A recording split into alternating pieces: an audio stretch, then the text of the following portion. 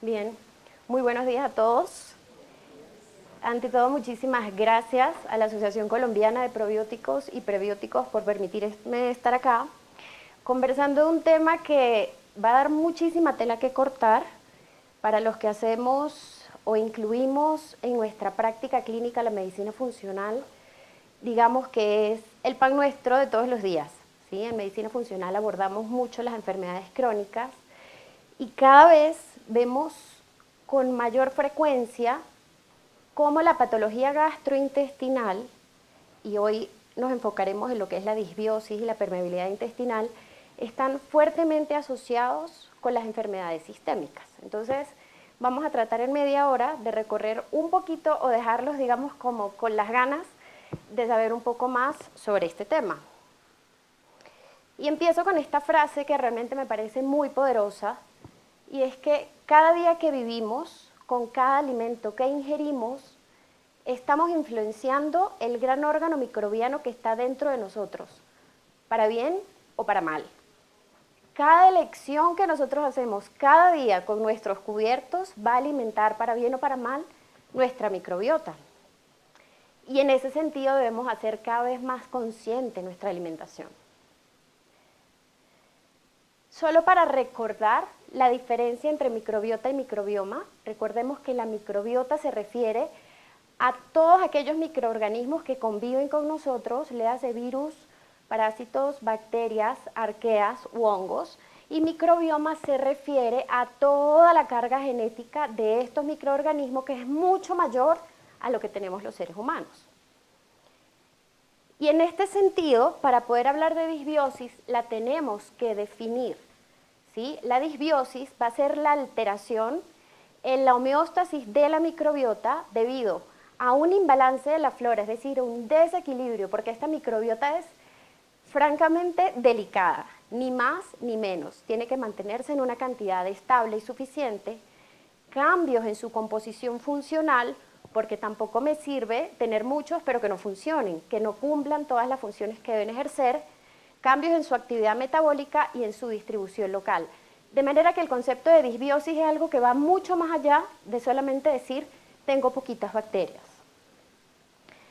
Pueden ser tres tipos diferentes: pérdida de microorganismos benéficos o un crecimiento excesivo de organismos potencialmente patógenos. Y esto ahora es muy importante porque está tan de moda utilizar probióticos, está tan de moda tomar kombucha, tomar kefir, que muchas veces tenemos un crecimiento excesivo de microorganismos que en condiciones de equilibrio no son patógenos, pero que si los consumimos en exceso son patógenos.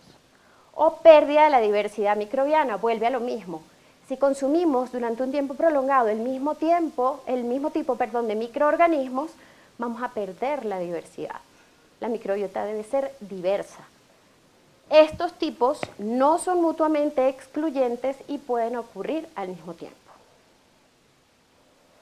Ahora bien, ¿qué es la barrera intestinal? Recuerden que la barrera intestinal es esa interfaz que nos defiende y nos comunica con el exterior, entendiendo que nuestro intestino está expuesto constantemente a una gran cantidad de sustancias, de microorganismos, de toxinas, y tiene una permeabilidad selectiva que de algún modo permite que esa comunicación e interacción con el medio ambiente sea sana.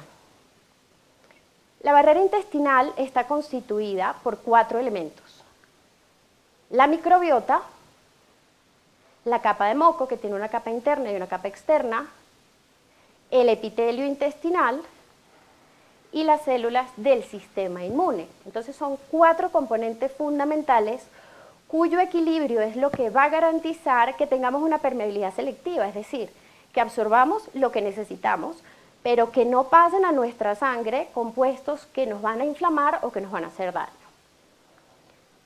¿Cómo es esa barrera intestinal? Desde el punto de vista microscópico y desde el punto de vista del epitelio, esta barrera intestinal va a estar constituida por una estructura muy compleja que está formada por las uniones estrechas, las uniones adherens y los desmosomas. Ellos tienen una serie de proteínas que actualmente son medibles, como la claudina, la ocludina y la sonulina, la caderina, la catenina, que son las que van a garantizar ese intercambio selectivo. Cuando esa unión estrecha pierde su estabilidad, se rompe o se daña por diferentes agentes, nosotros vamos a encontrar este famoso síndrome con lo que los pacientes llegan. Yo no sé si a ustedes les pasa, pero llegan y dicen, yo tengo el intestino permeable. Yo no sé si les pasa, pero a mí me pasa. Entonces, lo que ocurre es que ese paso, que debería ser así bien estrechito, se amplía y componentes que están en la luz pasan a la sangre y nos generan cuadros de respuesta inflamatoria sistémica o lo que conocemos como inflamación crónica de bajo grado. El término debería ser permeabilidad intestinal aumentada, y eso es muy importante porque el intestino es permeable, solo que es selectivamente permeable. ¿Qué puede causar permeabilidad intestinal aumentada? El estrés. El cortisol tiene la capacidad de hacerle daño a nuestra microbiota, y recuerden que al alterar uno de esos 4 componentes vamos a tener un aumento de la permeabilidad. Las toxinas, los xenoestrógenos, todos los contaminantes en el ambiente, el alcohol, microorganismos patógenos, por ejemplo, una giardia intestinal que se adhiere tan fuertemente a la mucosa del intestino delgado, partículas de alimentos. Se habla, por ejemplo, de que cuando tenemos una alteración de la digestión proteica, por ejemplo en casos de una insuficiencia pancreática exocrina, en donde las proteínas no logran separarse en los aminoácidos fácilmente absorbibles, quedan complejos de dipéptidos que, si se absorben, son altamente antigénicos. Drogas, medicamentos, antibióticos, analgésicos antiinflamatorios no esteroideos o algunas infecciones sistémicas. Lo que va a ocurrir es que, finalmente estos componentes van a pasar a la sangre y van a generar respuesta autoinmune, incluso enfermedades autoinmunes, de lo que vamos a conversar, y finalmente estados de mala salud. Entonces, es posible que estas alteraciones, que si bien podemos pensar que ocurren al nivel local, generen una respuesta inflamatoria, y entonces tengamos ahora a los cardiólogos hablando de microbiota intestinal, a los dermatólogos, a los endocrinólogos, y la respuesta es que sí. La respuesta es que son múltiples los escenarios de enfermedades sistémicas que están asociados o que tienen como factor predisponente la disbiosis intestinal y el aumento de la permeabilidad intestinal. Entonces, como el tiempo es breve, vamos a recorrer superficialmente algunos escenarios en donde esto se ha venido estudiando. Entonces, el primero, y quizá uno de los más estudiados, es la obesidad. Cuando la alimentación favorece los estados de obesidad y además, como factor agregado, el paciente consume antibióticos, que es muy común la automedicación, vamos a tener una alteración del microbioma, que va a causar, recuerden ustedes que la microbiota tiene mucho que ver con la acción de los ácidos biliares, y que los ácidos biliares a su vez actúan sobre receptores que activan la sensación de saciedad. Entonces, cuando tenemos alteración en estos receptores, también vamos a tener una alteración en el metabolismo de los lípidos y de la glucosa, que lleva a obesidad y a síndrome metabólico. Cuando hay alteración de los ácidos grasos de cadena corta, porque esta microbiota, recuerden que les dije, la funcionalidad es sumamente importante. Entonces, si esta microbiota no tiene una adecuada producción de ácidos grasos de cadena corta, o estos ácidos grasos de cadena corta no son adecuados, vamos a tener una alteración de la modulación de la leptina, del péptido de Y, del péptido similar al glucagón, afectando la saciedad y haciendo que el paciente coma más. Y esto nos lleva a obesidad. Y la endotoxemia metabólica, que está liderada principalmente por la liberación del lipopolisacárido, que es una sustancia que liberan normalmente las bacterias gram negativas, pero que no debería pasar al torrente circulatorio porque condiciona inflamación y obesidad. Existen varios estudios, este es un esquemita muy sencillo, en donde se nos muestra que efectivamente la microbiota es diferente en un individuo con un peso promedio saludable o en un individuo obeso o diabético. Y ahí vemos cómo el perfil según los géneros es diferente. Cuando hablamos solamente de la microbiota, hay una mayor diversidad y estabilidad en un paciente que tiene un peso promedio, mientras que hay una menor diversidad y estabilidad en un paciente obeso.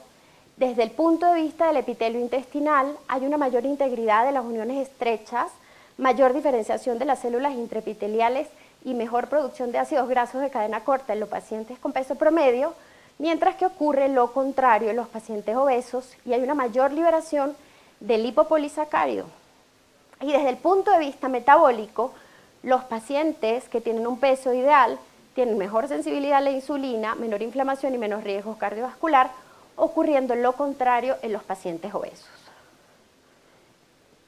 Cuando revisamos si efectivamente entonces, si la disbiosis favorece la obesidad y miramos a ver entonces si la suplementación con probióticos ayuda, encontramos por ejemplo esta revisión de la literatura, una revisión sistemática, en donde se evaluó el efecto de la suplementación con probióticos en la pérdida de peso en pacientes con sobrepeso o en pacientes obesos. Inicialmente se hizo una revisión en PubMed, en Scopus y en Web of Science.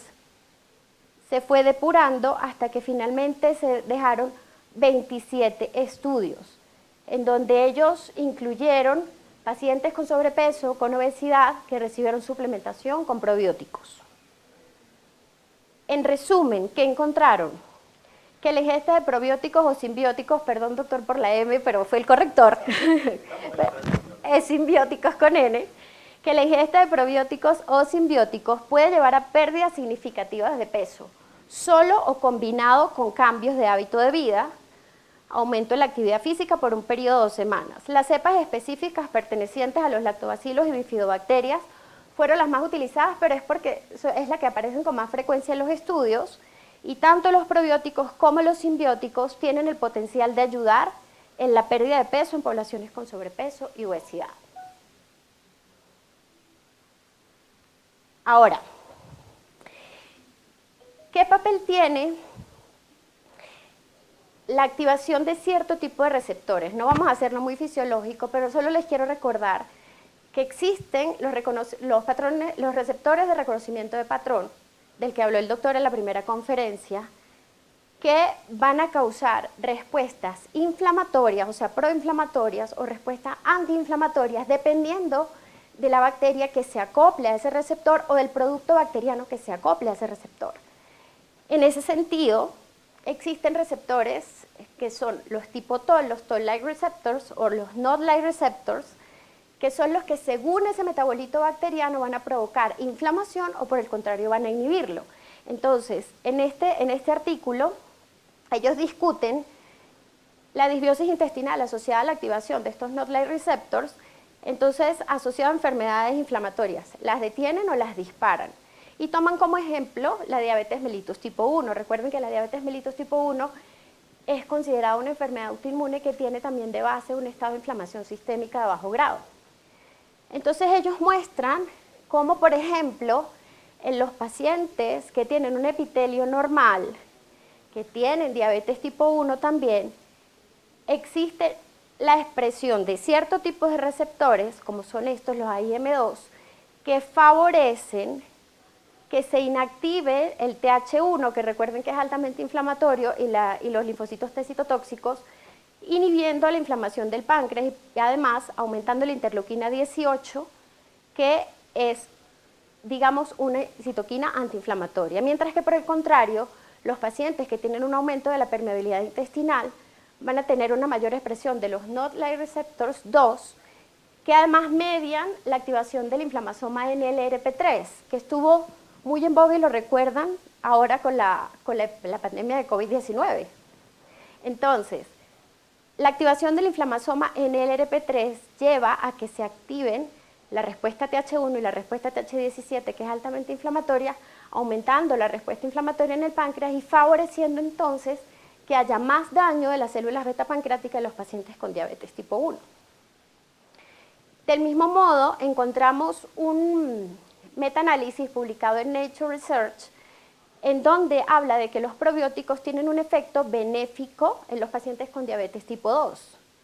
Aquí del mismo modo, ellos hicieron una primera búsqueda en las diferentes bases de datos a través de los términos diabetes tipo 2, con probióticos o lactobacilos o saccharomyces, etc.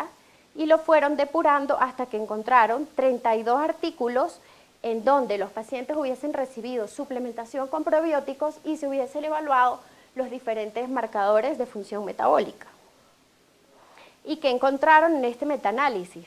Que en los pacientes que recibieron la suplementación con probióticos hubo valores estadísticamente significativos en la reducción del colesterol, en la reducción de los triglicéridos, el aumento del HDL colesterol, mejoría de la hemoglobina glicosilada y de los valores de glucosa en ayunas.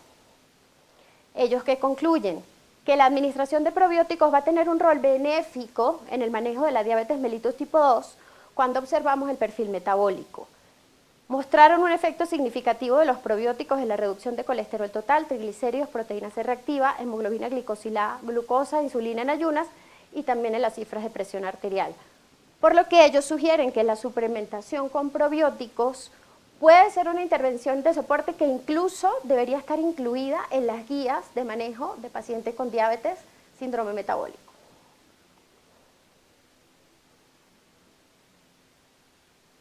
Ahora, un tema que es súper frecuente también, que es el papel de esta microbiota intestinal, y miren el título de este artículo, compañeros en el síndrome de permeabilidad intestinal aumentada, la disbiosis intestinal y la autoinmunidad.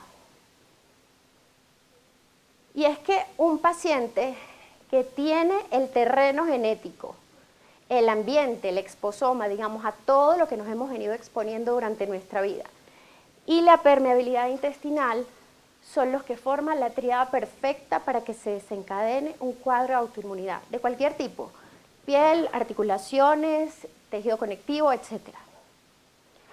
El doctor Alessio Fasano, que es quizás una de las personas en el mundo que más ha escrito sobre el intestino permeable, dice que toda condición de autoinmunidad tiene como común denominador la permeabilidad intestinal. Y esto es importante tenerlo en cuenta porque los pacientes con autoinmunidad muchas veces hacen brotes y hacen brotes y hacen brotes, y lo que hacemos es darles corticoides, cambiar de inmunomodulador, cambiar de biológico, pero no buscamos un poquito más allá. Quizás este paciente con autoinmunidad que no termina de mejorar, lo que tiene de base es una infección crónica, una carga microbiológica intestinal alta, con un intestino permeable, y al corregir estos cuadros, el brote empieza a pasar y esa respuesta inflamatoria sistémica empieza a mejorar. ¿Qué ocurre? Lo mismo que hemos venido conversando hasta ahora. Cuando tenemos un equilibrio, cuando hay simbiosis, la barrera intestinal está bien, se porta bien y las células inmunológicas están tranquilas. Recuerden que la autoinmunidad, el sistema inmune está un poco enloquecido o extralimitado y entonces nosotros empezamos a desencadenar anticuerpos contra nuestros diferentes tejidos. Pero ¿qué pasa además? Que cuando hay disbiosis y hay colonización por cierto tipo de patógenos, como por ejemplo uno que es muy frecuente en nuestro medio, que es la Klebsiella pneumoniae, nosotros podemos tener cuadros de mimetismo molecular. Y este tipo de bacterias tienen porciones o segmentos en su estructura que se parecen mucho a las nuestras. Y entonces el sistema inmune se confunde y desencadena anticuerpos contra tejidos propios por responder contra estos compuestos bacterianos. Entonces, los cuadros de disbiosis intestinal, por un lado, al aumentar la permeabilidad favorece la autoinmunidad, pero también la infección por cierto tipo de microorganismos favorece el mimetismo molecular y la generación de autoanticuerpos. Y fíjense ustedes en este cuadro, que perdón si se ve borroso, hay diferentes condiciones autoinmunes, como por ejemplo esclerosis múltiple, espondilitis anquilosante, artritis reumatoide, hepatitis autoinmune, diabetes tipo 1, enfermedad celíaca y lupus, en donde se han medido parámetros, porque como les dije en un principio, la permeabilidad intestinal se puede diagnosticar se puede medir. Entonces, se evidenció en estos pacientes, en diferentes estudios, valores de sonulina elevada, los test de lactulosa manitol elevados, concluyendo que tienen también como base un aumento de la permeabilidad intestinal. Y cuando se hizo caracterización de la disbiosis, porque pues también sabemos que los perfiles de microbiota se pueden hacer, se vio que su perfil de microbiota es diferente al de los individuos control. Y cuando suplementamos probióticos en enfermedad autoinmune y en otros trastornos inflamatorios, vamos a ver que, por ejemplo, para hacerlo, digamos, resumido y no marearnos con tantas cosas, cuando suplementamos probióticos, por ejemplo, bifidobacterias, lactobacilos, mejoramos o damos también los ácidos grasos de cadena corta, que por un lado, ¿qué hace? Disminuye la liberación de citoquinas inflamatorias, promueve la acción de células dendríticas tolerogénicas, que lo que hacen es que haya una mayor diferenciación de las células T naive a células T reguladoras, que es lo que hace falta en los pacientes con autoinmunidad. Nos hacen falta células T reguladoras. Por otro lado, el triptófano de la dieta en presencia de lactobacilos produce ciertos derivados del indol que también van a activar esas células dendríticas tolerogénicas. Y por otro lado, ciertas cepas como por ejemplo el Lactobacillus reuteri promueve la liberación de adenosina, y la adenosina también favorece la actividad de los linfocitos T reguladores. Y también a través de la acción de la histamina. Entonces, en resumen, ¿qué hacen los probióticos en los pacientes con autoinmunidad? Además de ayudar a reparar la permeabilidad intestinal, es que sus productos y ellos van a aumentar el clúster de células T reguladoras, que son las que le ponen un límite a ese sistema inmune que está hiperactivado en los pacientes con autoinmunidad. En la salud cardiovascular, y en este sentido también existen múltiples publicaciones. Aquí les quiero mostrar un ejemplo de un metabolito del que se habla mucho, que es la trimetilamina. Resulta ser que cuando consumimos ciertas sustancias en la dieta, como la carnitina, la colina, la fosfatidilcolina, y estamos en presencia de ciertos tipos de bacterias que no son las adecuadas, es decir, cuando hay disbiosis, estas bacterias van a sintetizar como metabolito la trimetilamina. Esa trimetilamina pasa a la sangre y por enzima flavinoxidasas en el hígado se transforma en trimetilamina oxidada. La trimetilamina oxidada tiene la capacidad de viajar al riñón y causar daño renal, y de viajar al corazón y de causar enfermedad ateroesclerótica. De hecho, este fue un estudio en 2.235 pacientes con enfermedad cardiovascular, en donde se vio que a mayores niveles de trimetilamina oxidada, mayor porcentaje de riesgo de enfermedad de muerte por cualquier causa cardiovascular. La trimetilamina oxidada puede promover ateroesclerosis y aumentar el riesgo de trombosis. Estrategias terapéuticas dirigidas al microbioma se pueden utilizar para prevenir y tratar la enfermedad cardiovascular. La identificación de metabolitos producidos por los microorganismos y su relación con la enfermedad cardiovascular pueden ayudar a mejorar la salud cardiovascular y a prevenir este tipo de patologías. Entonces, cardiólogos, internistas, endocrinólogos también a mirar cómo está la función intestinal. Aquí vemos un resumen que me parece muy lindo, muy ilustrativo, de cómo entonces la alteración de la microbiota va a hacer que en diferentes niveles, aquí tenemos corazón, tejido adiposo blanco, sistema nervioso central, tejido adiposo pardo, hígado y riñón, va a hacer que se desencadene un desequilibrio en la liberación de sustancias y que haya un aumento en la ateroesclerosis, aumento en el colesterol en la pared arterial, activación de receptores tipo TOL2, 4 y 9 que son proinflamatorios, liberación de ácidos grasos de cadena corta por microorganismos que no son los adecuados, que van a aumentar, por ejemplo, la actividad del simpático, van a aumentar la gluconeogénesis, etcétera, generando más inflamación. La alteración a nivel de los ácidos biliares secundarios, que van a disminuir las sensaciones de saciedad y van a disminuir el metabolismo de los lípidos y de la glucosa, y liberación de toxinas que van a favorecer los estados de uremia. Entonces, nuevamente, disbiosis, enfermedades sistémicas y mayor riesgo cardiovascular.